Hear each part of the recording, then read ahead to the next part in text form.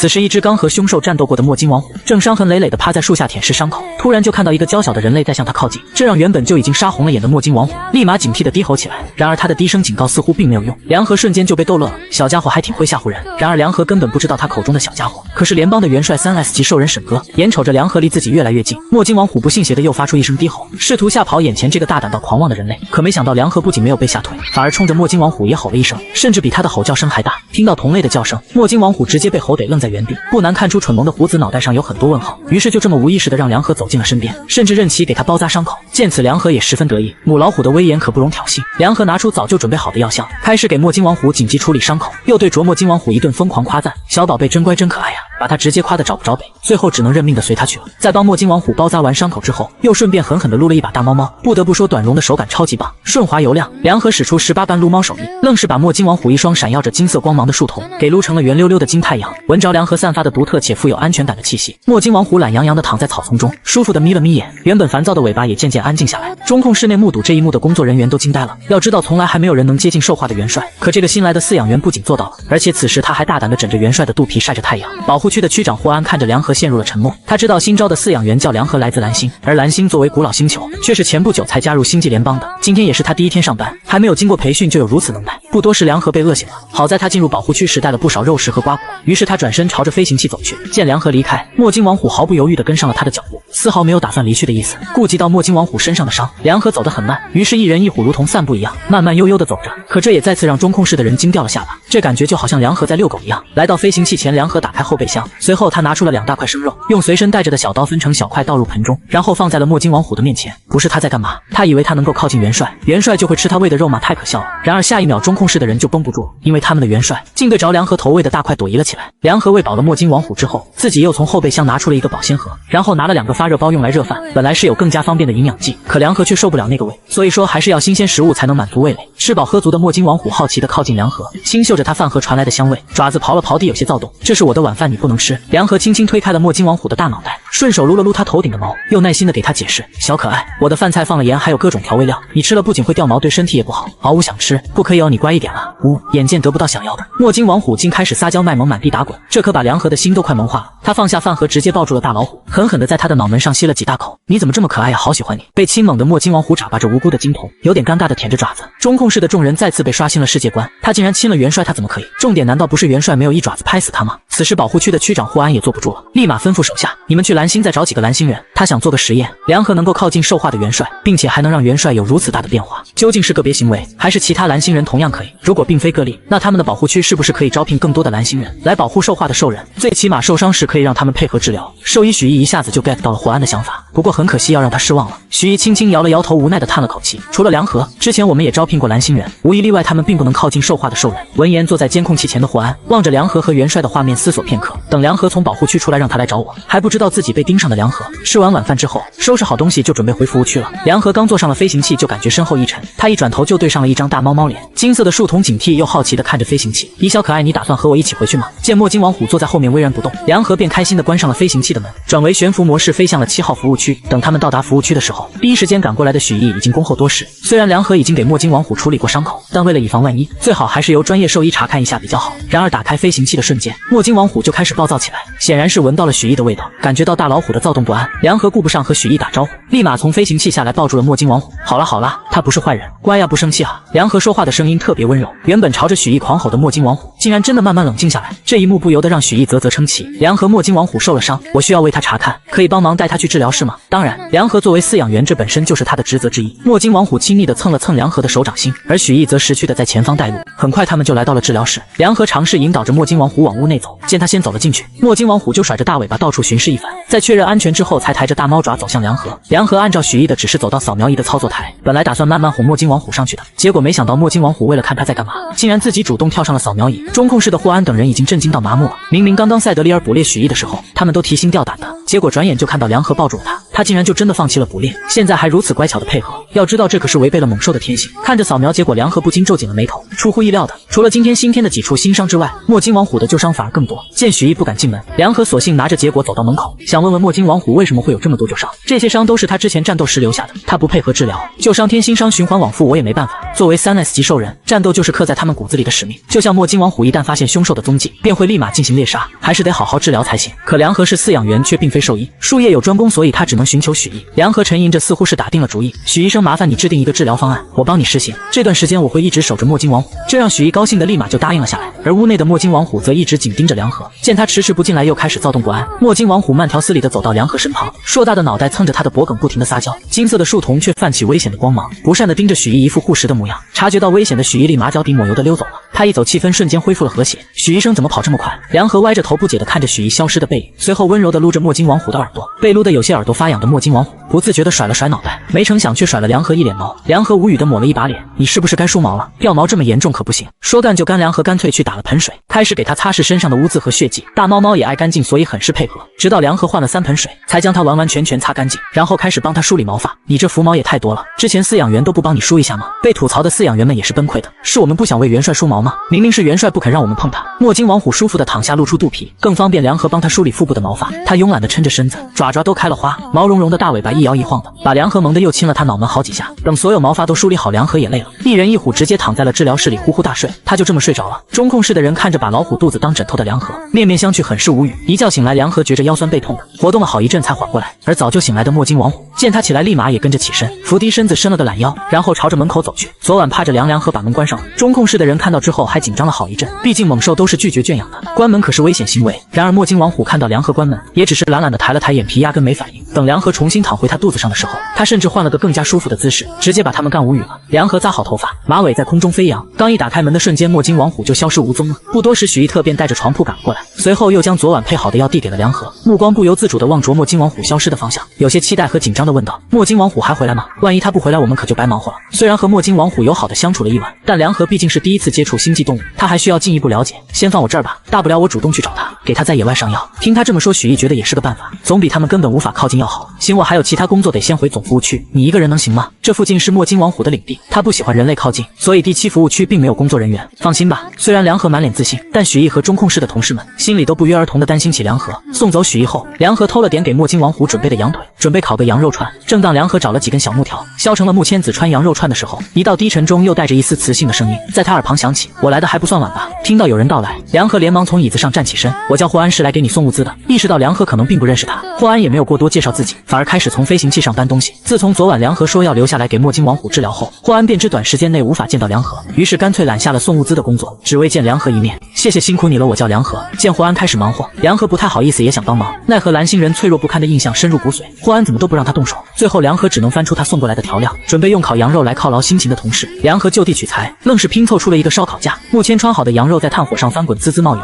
随着梁河将调料一点点撒上，诱人的烤肉香味瞬间扑鼻而来，令人垂涎欲滴。等霍安安装好超大双人床后，突然闻到了一股强烈的香味，这是什么？羚羊肉串。忽然想起自己是虎口夺食的梁河，脸颊微微泛红，有些不好意思起来，连忙将烤好的羊肉串递给霍安。霍安轻嗅着羊肉串的香气，鬼使神差的接过，咬了一口，满齿留香。他终于明白蓝星人为何不愿意喝营养剂了，他之前到底过的什么苦日子？味道怎么样？毕竟不是在蓝星，烧烤料也有限。梁河有点紧张的等待食客的反馈，很好吃。霍安看着梁河少得可怜的羊肉串，又瞄了一眼角落里给墨金王虎准备的羊肉，要不你把那些都烤了吧，反正墨金王虎也不爱吃，不如让我们来解决，省得浪费。有一说一，梁河准备的这些还不够他塞牙缝的。成功虏获霍安区长的胃的梁河，兴高采烈地把羊肉拖了过来，举着小刀准备大干一场。吓得霍安赶紧把手上的羊肉串一口撸下，起身帮忙。蓝星人这么脆弱娇小，怎么可以干这种体力活呢？当然是他来。在了解到霍安的食量之后，梁河看了眼面前的木签子，估计是承受不住这么大食量的需求，干脆加了2道菜。不过光吃羊肉串也不行，那就烤个羊腿，再弄个羊肉汤吧。大概是羊肉串给霍安的震撼犹在，对于梁河的提议他没有反对，只有期待。不多时，梁河将烤好的羊腿切了一小块下来递给了霍安。早就迫不及待享用美食的他，顾不得烫嘴，立马送入口中。鲜嫩多汁的烤羊肉瞬间在嘴中炸开，舌尖感受着因炭火烤制而散发着独特焦香味的羊肉，霍安瞬间明白了何为满足。正当他准备来一碗羊肉汤时，一道惊天怒吼响彻整个服务区，一回来就发现被偷家的黑金王虎气呼呼地冲霍安怒吼，虎目威风凛冽，张开的虎爪已经蓄势待发，只等时机一到，直接划破敌人的脖颈。哇，黑金王虎，你是去打猎了吗？好厉害！突如其来的夸奖瞬间冲散了一人一虎剑拔弩张的气氛。黑金王虎懵懂无措地看向梁河，见他亮晶晶地盯着自己打回来的猎物，立马将猎物推到了梁河面前。嗷呜，拿去吃。霍安昨天就知道黑金王虎对梁河与众不同，但当他亲眼所见、亲自感受的时候，还是不免要说一句：黑金王虎，你个双标狗！虎，给我吗？梁河惊喜地看着地上的野兔和饲养鸡，因为猛兽不吃人类投喂的食物，但又怕它们不能时刻打到合适的猎物，所以保护区都会定时投放一些活物作为猛兽的打猎目标。黑金王虎，你好棒呀，谢谢你。面对毛茸茸，梁河总是不会吝啬自己的夸奖。不仅如此，他还在墨金王虎的王字上留下了一枚香吻。得到夸赞的墨金王虎竟然也不追究霍安偷家的行为了，温顺地走到准备处理鸡肉的梁河身旁，懒洋洋地抻了个懒腰，直接趴下。所以元帅是特意为梁河去打猎的。他刚刚明明很生气，可梁河一句夸奖就让他投降了。身在中控室，不仅要承受吃播的诱惑，还要被黑金王虎的双标背刺的众人，眼里和嘴里同时流泪，完全不知自己让同事们升起危机感。开始脑补的梁河，此时刚把鸡肉处理干净，他准备弄个烤鸡，然后给黑金王虎做个加餐。让我摸摸你的肚肚呗。梁河轻轻地抚摸琢磨金王虎的小肚子，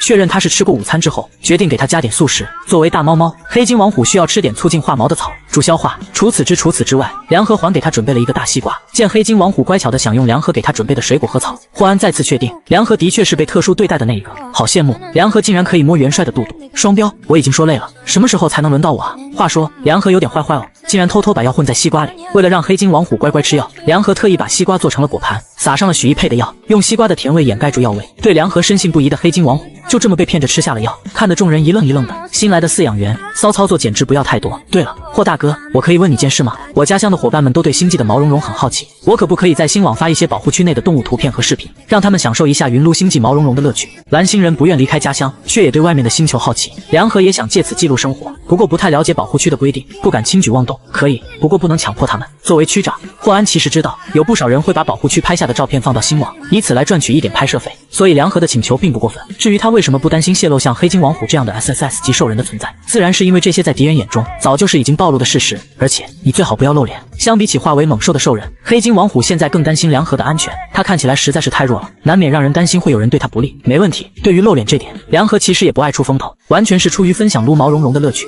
外加记录生活，才会有此想法。一餐饭吃得宾客尽欢，满嘴流油。等黑金王虎把最后一块西瓜吞进虎口之后，梁河便准备带他进治疗室换药。黑金王虎，快来，我们换药了。听到梁河的呼唤，黑金王虎缓缓起身，磨了磨爪子，警惕地看着对面的霍安，不爽地哼哧一声后，立马转身朝治疗室跑去。被赤果果嫌弃的霍安无声地扯了扯嘴角，开始收拾残局，顺便把环在飞行器上的剩余物资一点点搬到治疗室的门口。梁河看着治疗室的双人床，估摸着他们是觉得黑金王虎可能会贴着他睡，所以特意准备的大床足够躺下一人一虎。乖宝宝，我先把昨天的纱布剪开，不要乱动哦。霍安不在，黑金王虎格外闲适，慢慢悠悠地趴在梁河的身边，尾巴一甩一甩的，乖乖配合着梁河换药。作为 SSS 级兽人，本身的自愈能力还是很不错的，但是加上许一特配的药，显然会让伤口愈合得更快更好。因为伤口还是有炎症，所以上药的时候会有轻微的刺痛，让黑金王虎微微不适。不过梁河让他不要乱动，他便真的一动不动，只是委屈巴巴地哼唧两下，示意梁河再哄哄他。梁河像哄小孩子一样哄着墨金王虎，他偏偏就吃他这一套。得到安慰的黑金王虎心满意足地眯着虎目，乖巧等待治疗结束。中控室的人们没眼看，真没眼看，也不知道等元帅脱离兽化状态恢复清醒之后，会不会被此时的自己羞愧的想要一头撞死。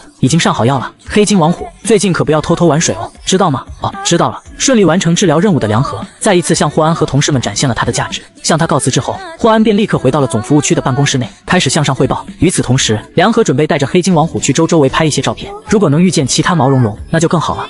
兽人的战斗本能是刻在骨子里的，即便如今的他们化为猛兽，不再拥有人类的意识，但在面对凶兽时，他们仍然会毫不犹豫地上前杀了他。高空盘旋的苍蓝猎鹰展开仿佛可以遮天蔽日的翅膀，锐利的鹰眼紧盯着一处，犹如一道蓝黑色的闪电俯冲下来，目标是两只红着眼睛的猎狗。奇怪，这里怎么会有凶兽？跟着黑金王虎的脚步跑来的梁河眉头紧皱地盯着面前的战斗，一鹰一虎各自盯紧了一只猎狗，打着配合，坚决不让敌人活着离开。而他的疑问也是在中控室的同事们想要知道的，是指挥官苍蓝猎鹰阁下，难怪会在第一时间察觉凶兽的存在。指挥官和元帅是老搭档了，可是现在他们压根不记得对方，也不知道能不能行。昨天刚出现过一只凶兽，如今又来两只，明显是冲着他们来的，我们得加强管理了。原本还在回味着美味的霍安大步一跨，直接站在监控屏幕前，脸色阴沉地发出号令，立马让护卫队赶过去支援。保护区是有护卫队的，一般情况下不会干扰动物们的生活，主要是保护化为猛兽的兽人。得到通知会有护卫队赶来救援的梁河站在原地没有动，只是一直关注着黑金王虎和苍蓝猎鹰的状态。梁河也是第一次看到猛兽和凶兽之间的战斗，作为丛林之王，墨金王虎的战斗力显然十分强盛，虎口虎爪齐上阵，直接将猎狗干得嗷嗷直叫。得亏昨天梁河给黑金王虎治了伤，今天又吃饱喝足，不然还真担心他体力不支。得知又有凶兽出没，兽医许许一也赶了过来，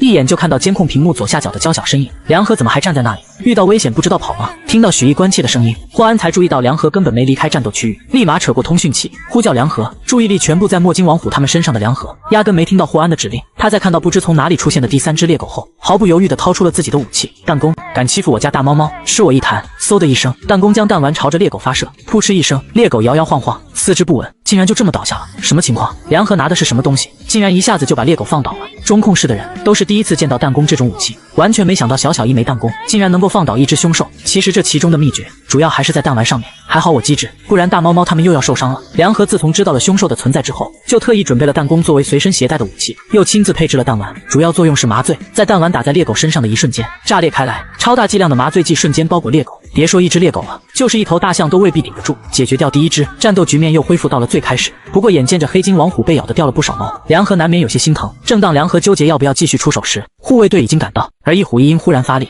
直接放倒了另外2只猎狗。解除战斗警报的黑金王虎和苍蓝猎鹰恢复了以往的状态，排斥着人类的靠近。黑金王虎嗷呜嗷呜，猛然听见梁河的声音，黑金王虎一时间还没反应过来，直到看清梁河的身影，才嗷呜嗷呜屁颠屁颠的跑到了他身旁，然后开始装可怜。好啦好啦，你最勇敢了，等回去我就给你做好吃的。乔琢磨金王虎被咬得乱七八糟的毛，梁河心疼的摸了摸他的大脑袋，又拿出纸巾擦了擦他沾了猎狗血渍的嘴。本来准备飞回天上的苍狼猎鹰，直接被墨金王虎这番操作给弄无语了。这家伙还要不要脸了，竟然冲着一个弱小的人类撒娇。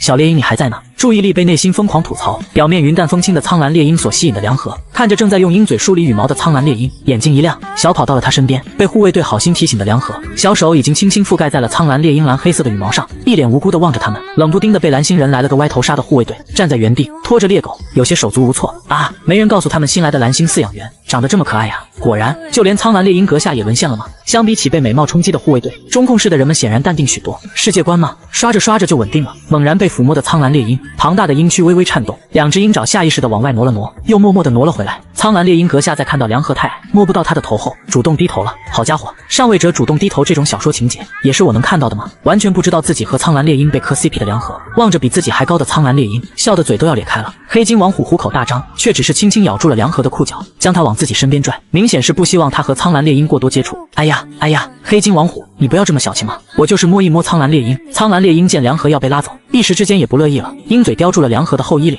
，2只猛兽就这么争执了起来。呀，我的头发！苍蓝猎鹰你轻点，咬到我的头发了！听到梁河的惊呼，苍蓝猎鹰锐利的鹰眼映出一丝懵懂，后知后觉地松开了嘴，总算是保住了梁河的秀发。梁河稍微离苍蓝猎鹰远了点，直接把他给干愣了，以为自己犯了大错，委屈巴巴地把头埋在了胸前的羽毛里。噗嗤，你还自闭了呀？梁河见他这样，忍俊不禁，到底是没忍住，又伸手摸了摸他的小脑瓜，以示安慰。好啦，我的2位大英雄，要不要回去吃晚饭？嗷呜！一虎一鹰争先恐后的回答完，狠狠地瞪了一眼彼此，显然是很看不惯对方。要不是梁河还看着，估计转眼就得打起来。来得匆忙，我都忘记开飞行器了。当时苍蓝猎鹰在空中发出警报，墨金王虎第一时间就开启了战斗状态，飞速朝着凶兽的方向奔去。梁河怕错过，只能迈着2条大长腿跟着跑。苍蓝猎鹰突然将脑袋挤进了梁河的脖颈处，撒娇一般的蹭蹭他，然后弯曲着爪子，将庞大的身躯压低。你是让我坐你背上？常年和毛茸茸打交道的梁河，一下子就领悟了苍蓝猎鹰的意图。他瞄了一眼苍蓝猎鹰宽厚的背部，做一个他，确实是绰绰有余。等等，苍蓝猎鹰阁下该不会真让梁河坐他背上吧？卧槽，真的假的？即便是清醒状态下的指挥官，也从没让人上过他的背啊！不会吧，不会吧？梁河真的爬到苍蓝猎鹰阁下的背上去了。霍安和一众同事们就这么眼睁睁地看着梁河把他们的指挥官当做了坐骑，还是飞行坐骑。当梁河顺利坐到了苍蓝猎鹰的背上时，原本收敛的翅膀陡然张开，扑扇扑扇地扇了墨金王虎一嘴土。黑金王虎刚想好2句，顺便咬下几根鹰羽时，就见苍蓝猎鹰轻轻一蹬，飞上了天。还是第一次体验飞行坐骑的梁河，双手紧紧抓着苍蓝猎鹰的翎羽，感受着更高处的风带来的凌冽。他感觉像是坐上了飞毯，眼见着自己眼中娇小可爱的人类消失在视线中。黑金王虎急得用爪子刨了2下地，然后哼哧哼哧地跟着苍蓝猎鹰飞行的方向开跑。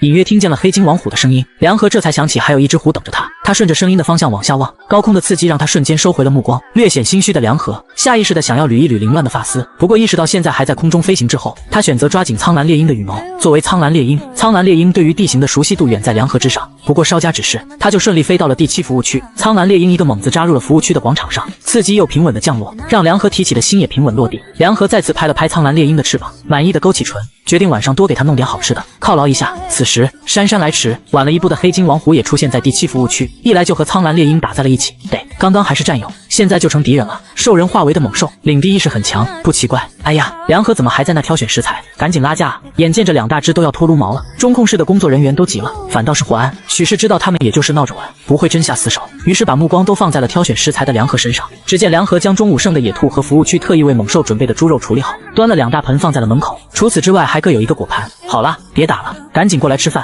听见梁河的呼唤，黑金王虎和苍蓝猎鹰纷纷停下攻击的动作，看了一眼地上的食盆，又对视了一眼，狠狠地哼了一声后，各自走向了自己的食盆，招呼着2大只赶紧吃饭的梁河，转身又拿起一块提前留下的五花肉，准备做个红烧肉盖饭。梁河这是又准备做什么好吃的？猪肉也能吃吗？星际对于美食行业并不深入，尤其是猪肉，总觉得有股味道，难闻得很。其实是因为星际人不懂得处理猪肉，所以才会这样。但是梁河作为蓝星人，猪肉是再正常不过的食材，自然不用担心。他将五花肉放葱姜料酒焯水，捞出再冲洗干净后，倒入特意找来的铁锅煸炒出油，盛出备用。猪油还挺多，可以留一部分明天下面条。炒青菜，梁河找了个陶瓷罐子，把多余的猪油倒了进去，锅里只剩下一点点油，然后放入冰糖，炒出糖色后倒入五花肉。老远就闻着香味的黑金王虎已经吃完了一大盆肉，开始眼巴巴地蹲在了梁河身旁，看着把大脑袋轻轻放在爪子上，金色的瞳孔带着好奇和期待的黑金王虎。梁河温柔地摸了摸他的毛，然后发现了他身上的伤，还是受伤了。梁河仔细查看了一下，发现是昨天的伤口裂开之后，无奈地叹了口气，摇摇头，起身去拿了医药箱。苍蓝猎鹰，你也过来一下，我要检查一下你的伤口。作为饲养员，梁河还是十分称职的，他仔细帮着一虎一鹰处理伤口，等他处理好，红烧肉也炖好了。黑金王虎他可不爱吃这玩意儿，好在梁河手艺不错，红烧肉味道很好，晚餐吃的还是很满意的。吃饱喝足的梁河躺在治疗室的大床上，透过窗户仰望星空，窗玻里映着一人一虎一鹰挤在床上的画面，默默地吐槽了一句：我觉得床还可以再大点，实在不是他矫情。光是墨金王虎就占据了床的2/3，而苍蓝猎鹰只能可怜兮兮地将爪子放在床头，整只鹰立在床头之上。至于他自己，虽然1/3也够睡了，可他要么只能躺在苍蓝猎鹰的下方，要么就只能眼睁睁地看着苍蓝猎鹰惨兮兮地蹲在床头，实在是没法安稳睡觉。算了，咱还是睡地上吧。梁河深深地叹了口气，将枕头被褥拖到了地板上，就这么大咧咧地躺了上去。见他不睡床，墨金王虎和苍蓝猎鹰也纷纷离开，没别的，就是想黏着梁河一起睡。呼噜噜，将梁河抱在怀里，被他撸猫手法征服的黑金王虎正享受地发出一阵呼噜声，看得苍蓝猎鹰嫉妒不已，学着他的模样，将梁河包裹在翅膀之下。好热，被双层包裹的梁河连被子都是多余的啊，受不了了。热得他再也受不了的时候，猛然起身，直接把被褥都扔回了床上，然后重回一虎一鹰的怀抱，贴着冰凉的地板，总算睡了个好觉。梁河是被墨金王虎舔毛舔醒的，昨天在苍蓝猎鹰嘴中好不容易救下的秀发，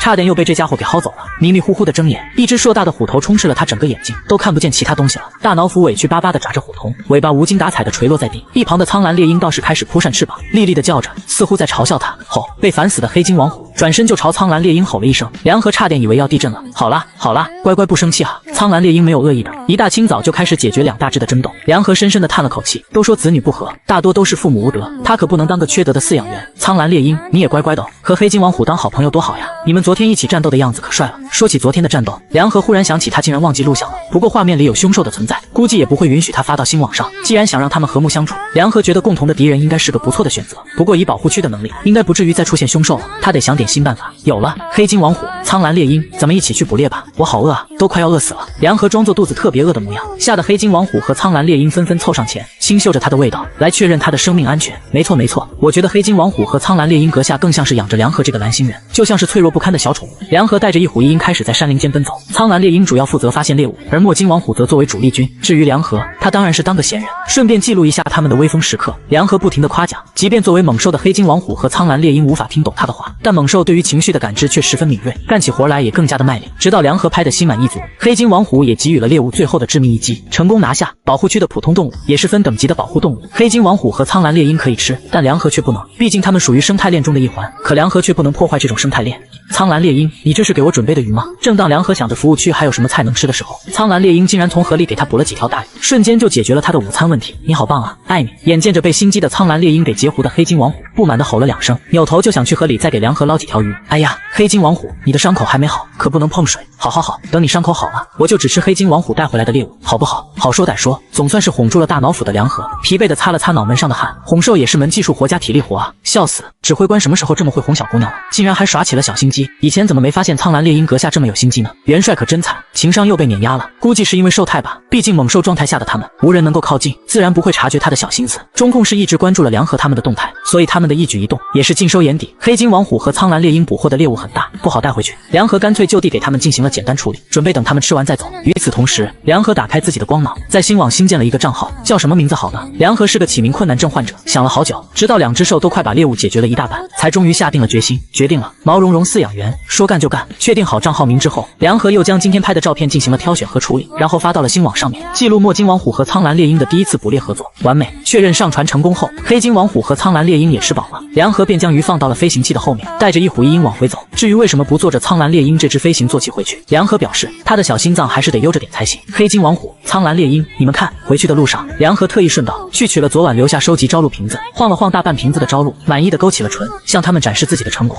棒，嗷呜，厉害。等将梁河一路安全送回服务区之后，黑金王虎和苍蓝猎鹰互相看了眼彼此，转身又朝着林间奔去，不见身影。星际科技是挺发达，就是在吃喝方面委屈了点。梁河这2天总是吃肉，感觉有些油腻，准备用刚接的招录泡个茶，刮刮油，也就只有你才有这个心情想着吃喝吧。猛然听见除自己以外的声音，梁河正愣了一瞬，抬头便看见提溜着药箱的许一，这是来送药了。许一小心翼翼，探头探脑的望了望治疗室里面，确认2位六亲不认，只认梁河的大佬不在之后，才放心的找了个位置坐下。毕竟黑金王虎的伤还没好，又新添了一只苍蓝猎鹰，想必梁河短时间是不会回总服务区了。许医生，你真是个大好人，都不用许一说，梁河自己就直接冲到了飞行器旁，开始盘算都有些什么物资，能做什么好吃的。被晾在原地的许一有点懵圈的看着梁河如风一般的身影，不禁感叹，真不愧是能够制服猛兽的人，行动力杠杠的。快速清点好物资的梁河发现光凭自己一个人好像在短时间内来不及搬完，毕竟他还得做午餐。许一最终无可奈何的叹了口气，用拿手术刀的手开始帮忙搬运物资。刚到中控室，又刚好看到这幕的霍安，眼眸微深，紧抿着唇，不知在想些什么。许一这么殷勤，估计是想求着梁河帮忙控制元帅他们，让他们配合治疗。也对，许医生经常说自己英雄无用武之地，估计也想证明一下自己英雄无用武之地。怕不是许医生说的，是你新学的蓝星语吧？哈哈，同事们的调侃，许一和梁河谁也不知道。等他们搬完东西，也到了中午。作为蓝星人好客的本性，再加上之前的承诺，许一理所当然的被留下享用午餐。其实之前许一就很好奇，蓝星的食物是不是真那么好吃？不然为什么霍安吃过一次之后，在吃营养剂时一直说难以下咽？还好苍蓝猎鹰厉害，捕了几条大鱼，不然中午还不知道吃什么。作为苍蓝猎鹰，苍蓝猎鹰的捕食能力也是杠杠的，而且他估计是看到黑金王虎送的鸡兔之类的，小脑瓜一转，另辟蹊径，给梁河搞了几条大鱼回来。许医生，中午咱们弄个鱼汤豆腐，红烧鱼子和剁椒鱼头吧。梁河将几条大鱼处理好，发现鱼肚子里有不少鱼子，刚好可以凑一盘菜，再加上他特意从蓝星带过来的剁椒，做个鱼头，剩下的鱼肉直接熬汤，肯定很鲜。我之前在附近还发现了可食用的野菜，许医生帮我去采点回来呗。身为蓝星人，讲究的就是荤素搭配，光让他吃肉，他还真不行。行，你告诉我在哪里，长什么样？光是听着菜名，许一都有点不自觉的咽口水了。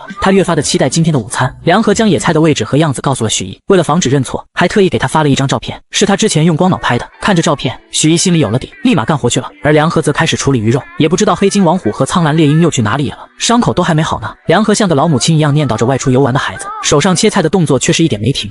嗷呜，说曹操，曹操到。黑金王虎和苍蓝猎鹰也不知道从哪里冒出来的，直接霸占了梁河一左一右的位置，又开始争宠。梁河从屋内拿出早就准备好的蔬果盘，一只一盘。等许一满载而归的时候，就看到2只燕族的猛兽守着做饭的梁河，一片岁月静好。可是他不太好啊，见许一踌躇不敢靠近，梁河想到之前黑金王虎偷袭他的事情，也知道他在猛兽面前不招喜爱。许医生放心，他们不会攻击你的。梁河盖上炖鱼汤的盖子，分别摸了摸墨金王虎和苍蓝猎鹰的脑袋，轻声叮嘱他们不要伤害许一。那我就放心了。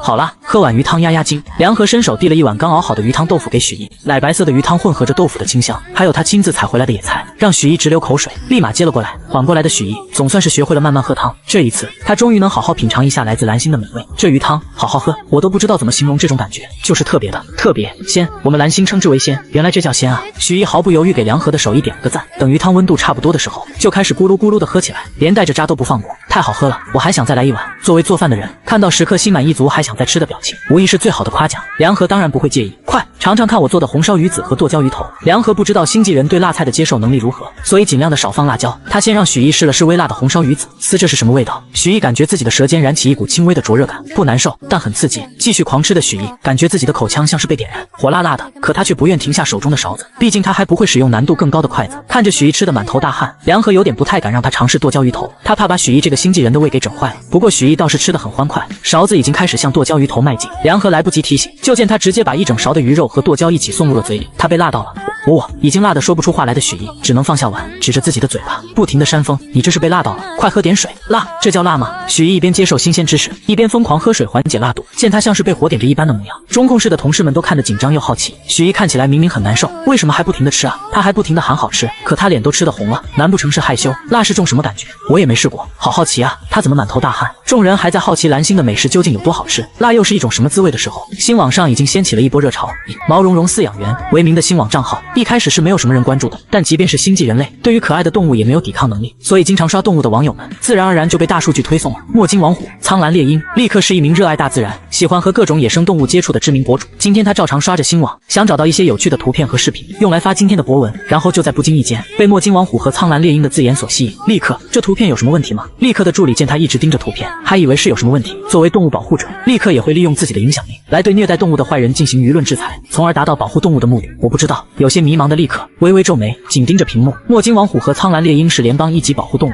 从图片上来看，并没有什么问题。但是没有问题，不是很好吗？助理也被他搞晕了。可是从他们捕捉的猎物对比来看，这两只墨金王虎和苍蓝猎鹰的体型明显要大了1倍不止。这图片上的墨金王虎和苍蓝猎鹰比例明显不对，博主是故意修图了吧？我就说这两只怎么可能联手捕猎？感情都是假的，避雷了。家人们，P 图玩梗没关系，但这人明显是造假，博关注，不要让他得逞。网友们纷纷要求毛茸茸饲养员立马删除这组图片，并且请求官方封号，以此杜绝某些人不当得利。因为星际联邦对于知识产权十分看重，即便是在网上下载图片，那都是要付联邦币的，想白嫖根本不可能。还不知道自己已经被冠以造假，被网友们避雷的梁河，此时还在无忧无虑的和黑金王虎、苍蓝猎鹰晒着午后的太阳。刚把锅碗瓢盆清洗干净的许毅，正打算和梁河告别，就发现梁河，你是不是在新网上创建了账号，还发了黑金王虎和苍蓝猎鹰的照片？对啊，不明白许毅为什么突然这么问。后知后觉的梁河突然从躺着变为坐着，紧张的看着他，我和霍区长抱过呗，他同意的，我没违规吧？不是违规的事情，不对，你没违规。差点被梁河搞糊涂的许毅，总算是想起正事，主要是黑金王虎和苍蓝猎鹰跟其他的同类不太一样，他们体型大上许多，所以网友们都以为你造假，博眼球骗钱。因为梁河的特殊性，为了不让他对 SSS 级兽人化为的猛兽存在害怕等情绪，所以霍安下令，任何人不得主动对他提起 SSS 级兽人的存在，所以许毅也不好明说。好在梁河是从蓝星来的，对于星际的事情了解不多，倒也好糊弄。梁河轻轻的叹了口气，对于以前在蓝星的网络认知，让他已经不敢想象有多少人在追着他骂。许毅也是第一次遇见这种情况，主要是梁河没有及时关注到新网的动态，网友们见他一直不回复、不作为，认为他有意逃避，无视他们，自然火气就愈发重了。感叹还好自己多留了一手的梁河，赶紧拿出光脑，调出从拍摄设备中上传不久的视频。这会儿他也不敢想着精修了，怕又有人说他造假，索性截取了一个相对不算血腥的片段，就直接上传。因为梁河一直不出面回复解决，所以关于毛茸茸饲养员的热搜直接被顶到了新网前3，隐隐有奔第1的趋势。此时他终于发布了最新动态，让等待着审判他的网友们瞬间提起了精神，准备看看他又搞什么幺蛾子。